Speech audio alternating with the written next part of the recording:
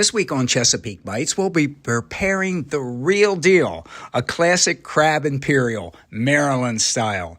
All jumbo lump, all the time. The ultimate Chesapeake crab meat dish. So we're talking about crab cakes, and everybody's got that recipe. So I thought, let's do something different. This is kind of like the high-class crab cake. When I was young, and especially when we go out to dinner, you would get the imperial crab. And oh my God, that sounds so high class. What is that? And so I have a number of recipes, and there are different versions of it. But this is one that I find is pretty typical of the Western Shore and around Baltimore and some of the old fancy restaurants around there. So what we're going to do, I just took a little bit of butter and melted that. And I'm going to take some red bell pepper that's diced up. Now, with this, in the olden days, all you ever had in it really was green bell pepper. But now that we have Food Network and we have all these different things that we watch and we're streaming and we don't know what the hotel bill's going on, you could use yellow bell pepper in there, because obviously when you do it, it's really going to make it kind of look pretty. And this does have something to do with visuals. Cooking has something to do with visuals. Let me just turn this up a little bit here, and we'll get that sauteing. Okay, so we have our bell peppers. We got the red, we got the green. If you want to put in some yellow, you can do that too. Orange peppers. I love the orange peppers. Are beautiful. And the interesting thing is that they really are different. They are, and they do have some different flavors. Very subtle differences, yeah. Yes. I didn't realize that. Yeah. Interesting. Yeah, so. That's fun. And then just some mushrooms. Just kind of diced up mushrooms there. Can't go wrong with mushrooms. No.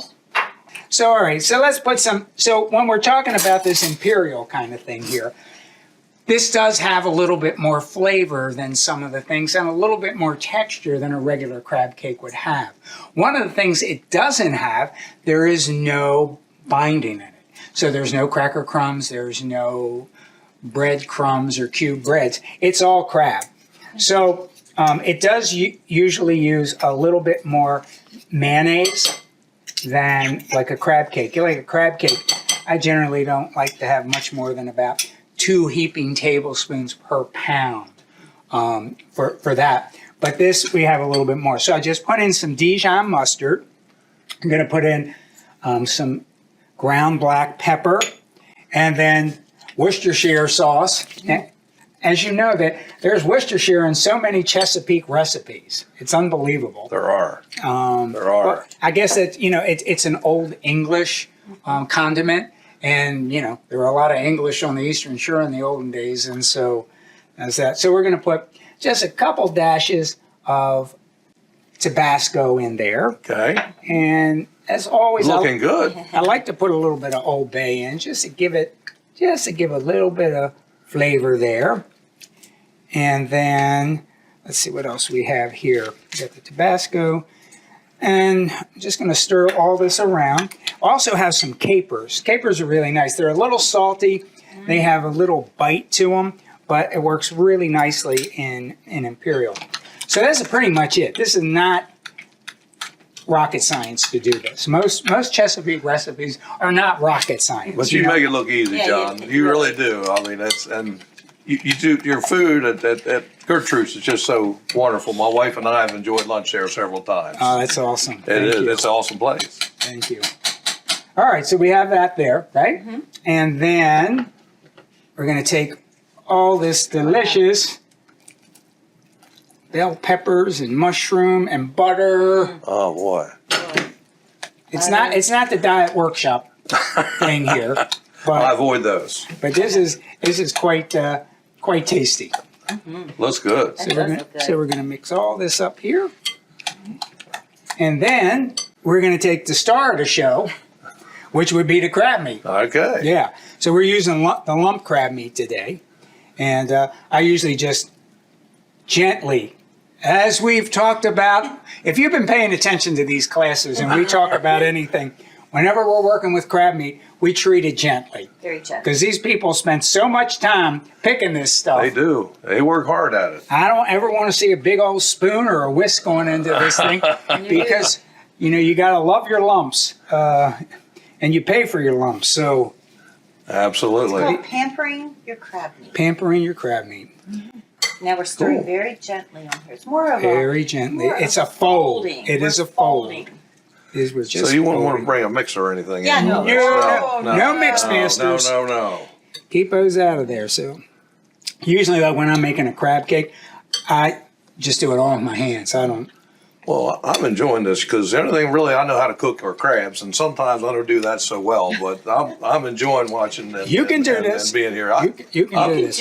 definitely do this, Jack. Well, you maybe All convince right. me again. So here we have the mix here for our Crab Imperial. So what to do with it? There's all kinds of things we could do. We could put it into a casserole loaf and bake that.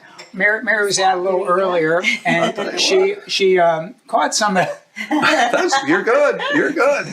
one of the stars of the Chesapeake Bay. We have crabs, we have oysters, but the fish that I like the most is rockfish.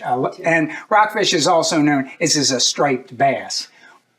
Okay, so to make our Rock Imperial, what I'm doing first, and getting the skillet down, getting it nice and hot. I'm going to put a little bit of olive oil in there. You could put really any kind of oil. You could use a vegetable oil. Basically, what I'm doing is just trying to coat the bottom of this. You could do it with just like a little pan, a little metal pan, whatever is fine. But I like to do it in here because I've seen people do this a couple of different ways. You have the beautiful pieces of rockfish and they'll just put that in a pan and put this on top of it and bake it. But what I find works nicer and I get a better product is I take a little bit of salt, put that on there, and then I'm going to take some cracked black pepper and put that there. And then we get this, you see it's just about smoking hot here. So I'm going to take that and put that down. Boy, I love that. And I can tell that rockfish skin is so beautiful. You did good this morning. You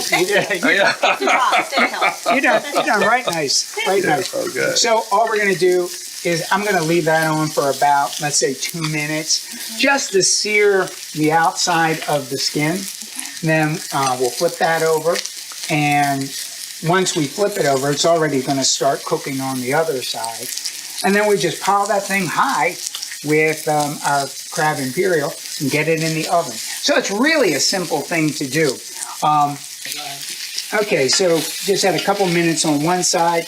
I'm going to take this, flip it over, and you can see it just started to cook. It's not really cooked, but you get that started. It's beautiful. It looks nice, doesn't it? That's beautiful. Okay. All right, so now all I'm going to do is just take this beautiful That is pretty. Imperial. I could see doing little tiny ones of these too, like little rockfish bites. You could. Yeah. You could. Yeah, that'd be fun. Cook Yeah. it at a time, then cut up and do little Yeah, ones. yeah, that'd be real fun. Look at the peppers showing up in there. So Yeah, that's a nice part about love them. that. Not only do they Beautiful. taste good, but it definitely looks good. yeah. So here we go. This is what we have. Now I'm going to take it and I'm going to just put it in the oven and then we'll make a little topping for it. We put the fish in. I cook it at about 375 degrees. Takes about 15, 20 minutes. So when I got 5 minutes, 8 minutes left, I make this little topping, which is just some mayonnaise, some Old Bay, a little lemon juice, and egg. And so I'm just going to take that and put it over the I'll tell baked you. thing. It does. So, I mean, really, it's kind of essentially turns into a little bit like a hollandaise. So it generally will puff up a little bit. So we're just going to take this back right here, Back into the oven. All right. and we're going to just Okay. put it back in the oven. Boy, doesn't that look good? That looks yummy. All right, so here we go. gosh. Whoa. We have our finished Rockfish Imperial here. And like I was telling you, you can see how that eggy part, It's beautiful. Stands up like That looks that. beautiful. So we just Smells take so that. good. Oh, that's nothing wrong with a little bit of rockfish. We can pick on that a little Oh, bit. my, there. yeah. That'll be good. So that's pretty much all you need. You know, you can serve this with scalloped potatoes or roasted red potatoes, some asparagus, whatever you like. But this is one of the best that the Chesapeake has to offer. You know, Well, the gorgeous rockfish, the gorgeous crab meat from J.M. Clayton, and this is a winner. That's all local stuff. Very nice. Thank you. Beautiful. All right, let's eat. Beautiful. Oh, my.